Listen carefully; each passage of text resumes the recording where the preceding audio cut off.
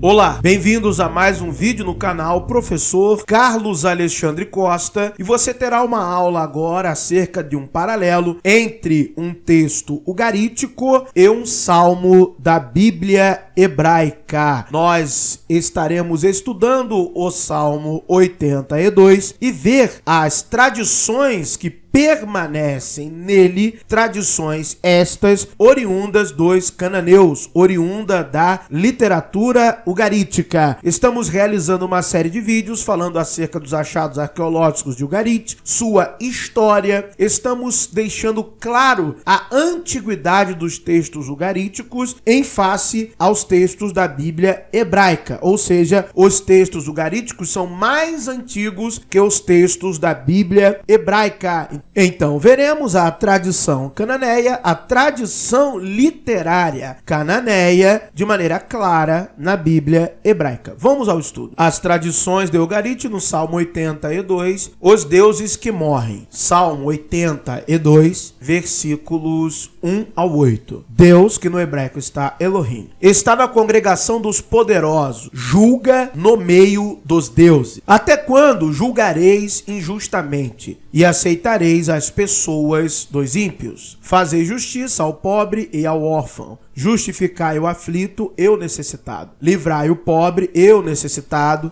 Tirai-os das mãos dos ímpios. Eles não conhecem nem entendem, andam em trevas. Todos os fundamentos da terra vacilam. Eu disse, vós sois deuses, e todos vós, filhos do Altíssimo. Está Elion, em hebraico. Todavia morrereis como homens, e caireis como qualquer dos príncipes. Levanta-te, ó Deus, julga a terra, pois tu possuis todas as nações. No Salmo 82 estão refletidas as tradições do corpus ugarítico, com o qual o salmo parece ter sua composição inspirada na matriz mitológica comum a Israel e Ugarit, redatores judaítas e poemas da religião cananeia. O Salmo 82 demonstra claras relações com o épico de Queret, ou Kirta, KTU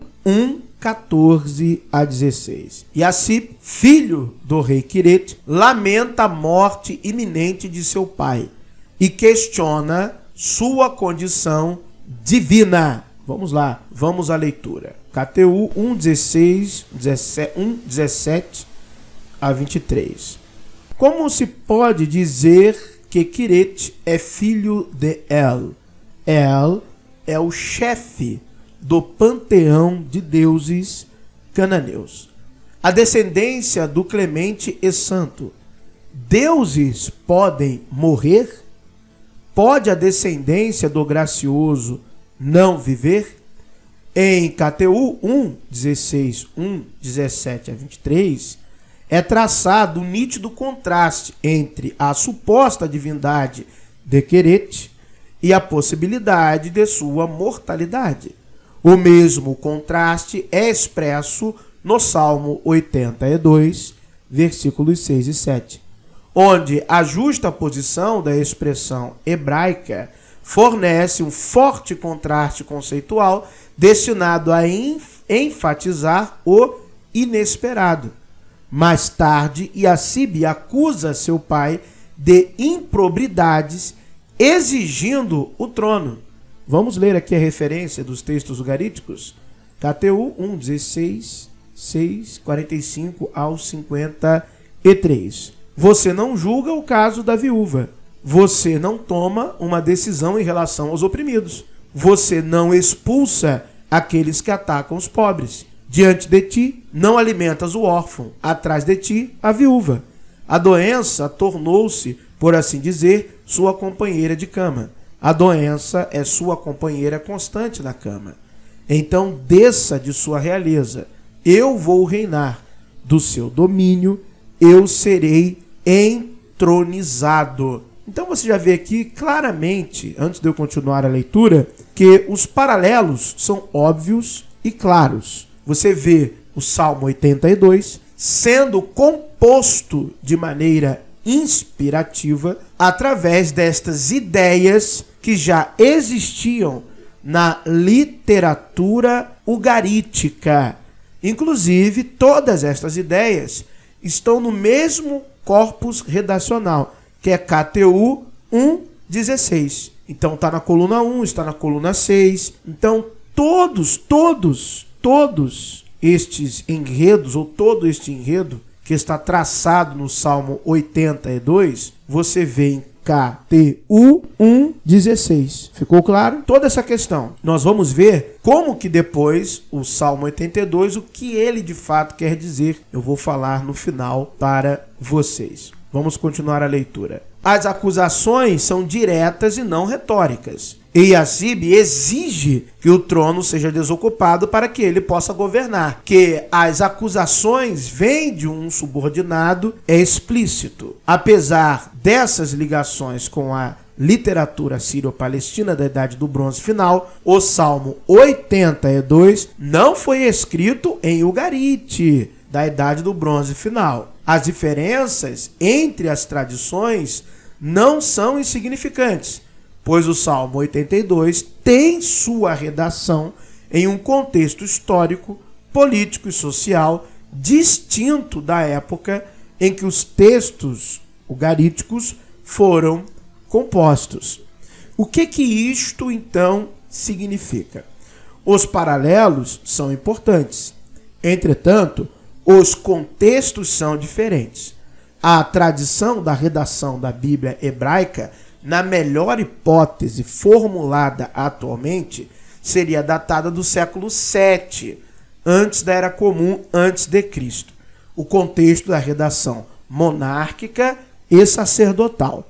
Então, reis e sacerdotes estão ali escrevendo a Bíblia hebraica, dando as suas ordens para que haja um planejamento social dos israelitas, porque o contexto de muitos escritos bíblicos é este: regulação do convívio social, controle do comportamento social.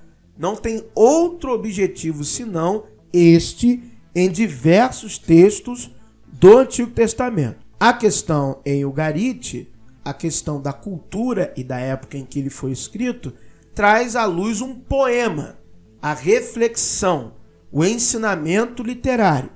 O contexto do Salmo não é o juiz da terra, o rei, o sacerdote, para que ele faça justiça, ele julgue retamente, ele faça algo, o rei, o sacerdote, o juiz, para que eles evitem a corrupção. Então você tem a Bíblia hebraica pegando o Ugarite como fundo de inspiração, fazendo uma composição no seu próprio contexto social e político da sua época. Vamos continuar aqui a leitura. Num trecho do ciclo de Baal estará escrito o seguinte: pronto, siga seu caminho, rumo ao corpo reunido, no meio do monte de Lala. Aos pés de El não caia. Não se prostre ao corpo da assembleia.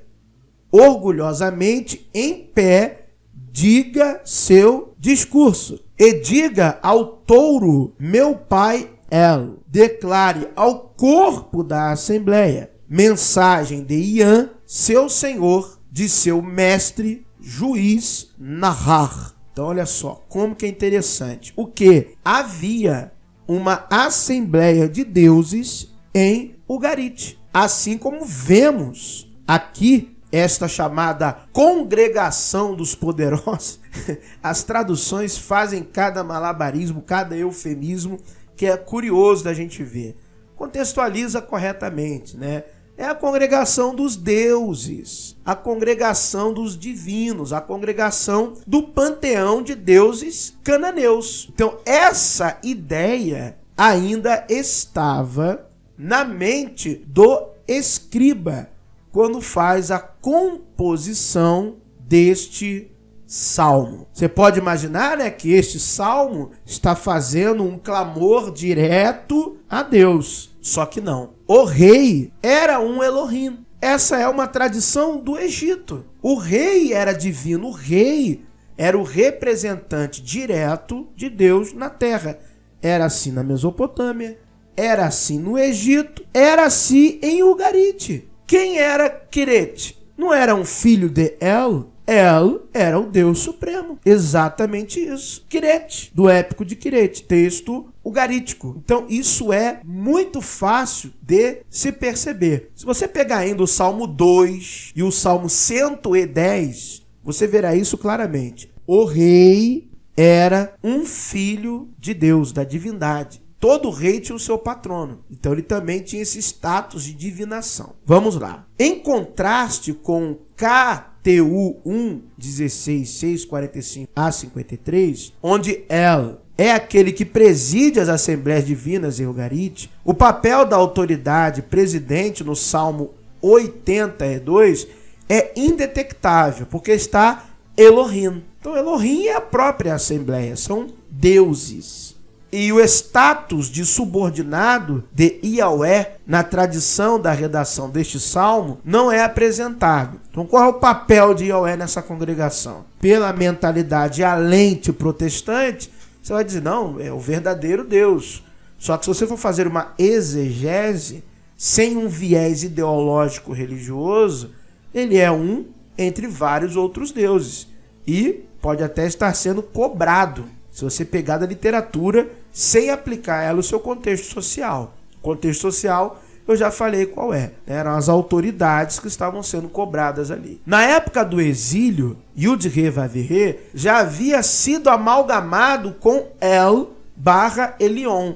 Eu fiz um vídeo no canal Verdades Ocultas da Bíblia, mostrando, aliás, foram 2 vídeos, mostrando quando que ocorre, a fundição entre El e Elion, quando divindades menores são fundidas a El e durante o tempo viram apenas epíteto, como El Elyon, El Olam e El Shaddai, que Shaddai é a montanha cósmica, não tem relação com o Todo-Poderoso, mas sim com a própria montanha cósmica de El. Mostramos isso abrindo os textos ugaríticos. As acusações também foram formuladas no vernáculo do gênero canção de reclamação, que define o contexto mais amplo do Salmo, demonstra claramente uma exposição da realidade social por parte do redator do Salmo à sua época. E aí, gostaram do vídeo? Querem se aprofundar mais ainda nos temas acerca entre paralelos da literatura ugarítica e a Bíblia hebraica? Deixe aqui nos comentários. Faço mais conteúdos para vocês. Muito obrigado por terem assistido a mais um vídeo no canal Professor Carlos Alexandre Costa. Um abraço a todos.